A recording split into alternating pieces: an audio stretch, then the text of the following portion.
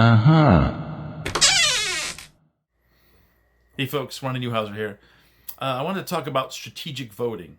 So there's a lot of talk going on about, voting for the lesser of two evils or not doing that and voting your conscience. I would question that. And I've been trying to make a point to people, which I've been having a hard time getting it across to, people who supported Bernie Sanders and feel that he was, cheated, which I think he was. I'm a Bernie supporter myself. I wish he was the nominee. I wish he was was the man that was going up against Trump, but that's not the reality. So a lot of Bernie supporters are very angry, and I understand it because there's a lot of shenanigans. That the Democratic Party works very hard against the progressives that are in the party, the small minority that are in there. And it's because they want to keep the machine, just like the Republicans. They want to keep the machine running. They want to serve their donors and serve the wealthy. And, Bernie was a threat to that. So I get the anger. I understand all that. And, but I think what people don't understand is when you wake up on election day morning, you're going to have an idea. You're going to be almost sure that either Trump or Biden will win. That no one else has a remote there's no chance. I mean, at all, really. We have to be honest, okay? And I think here's where we have to be pragmatic. I personally believe that Trump is worse. I think Biden is the slightly lesser of two evils. But that's slightly in a country with so much power.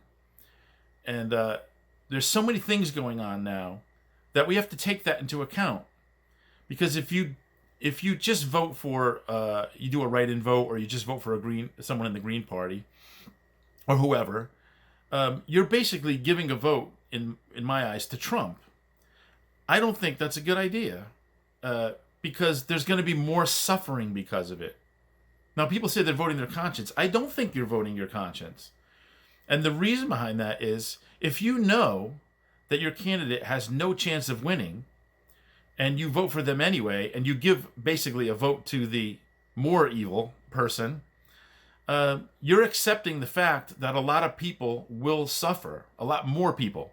Now, listen, again, I don't like either of them. I'm not even backing Biden here at all.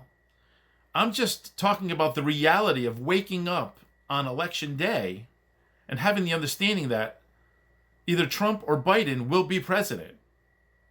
Now, if you want real change, it comes from the 4 years prior to the election. All the work that's done by activists to make the change, to get someone like Bernie to become legitimized and have a chance to win.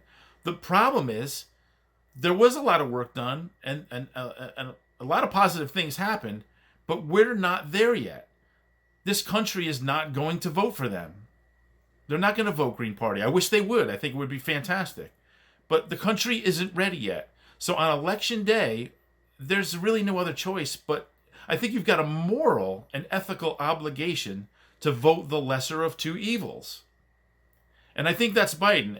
And people could debate that. You could debate who's worse.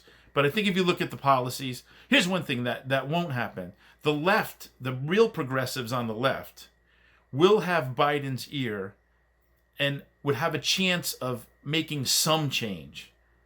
They have no chance of making any change with the Trump and Republican administration. There will be no positive change there.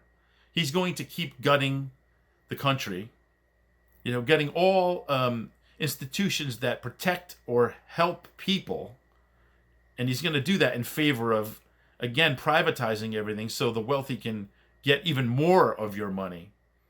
So I just think people have to understand, I would love for a Green Party person to have the chance. It's not in the cards on this election.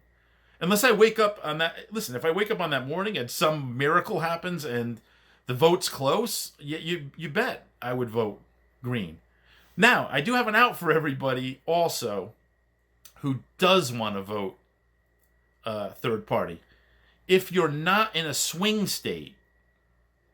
So in Connecticut, if I wake up, and likely when I wake up that morning, Biden will probably landslide Connecticut. If it looks pretty obvious, then I actually will vote. I'm going to vote green most likely.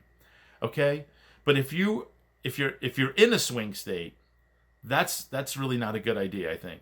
So I think that's where we have an obligation. And if you want to, and listen, real changes always come from activist groups. All of it. All, civil rights, labor rights, all real changes that helped the majority in the population have come from grassroots organizing, massive grassroots organizing. And it's a long, hard road. And in all honesty, even if Biden wins, I think the first thing we should do is attack him. Because, listen, his policies aren't going to be good either. And we're going to have to force real change. And again, work for the next election and in smaller elections to get more green people in. And hopefully create the possibility of a chance for a really good progressive candidate to win in the next election. But again, we have to live in reality. Reality is, in this coming election, it's either going to be Trump or Biden. You are obligated, in my opinion, to vote for the lesser of two evils if you are in a swing state where it's close. So I hope that point makes sense to people. I've been making it for a while now, and it hasn't worked at all yet. But I think, what we want is different than reality sometimes. Sometimes you just don't have a choice. You've got to say, wow, I've got to choose the less damage here, and then work. Again, I have no problem. I'm against Biden too. I'm not backing him really at all. I'm just saying I think he's just going to cause less damage, and there's more of a chance that the left or the progressives can get some things done with him in there. So I hope that I made a decent point there, and it gets across to some people. And hey, good luck. But vote for sure.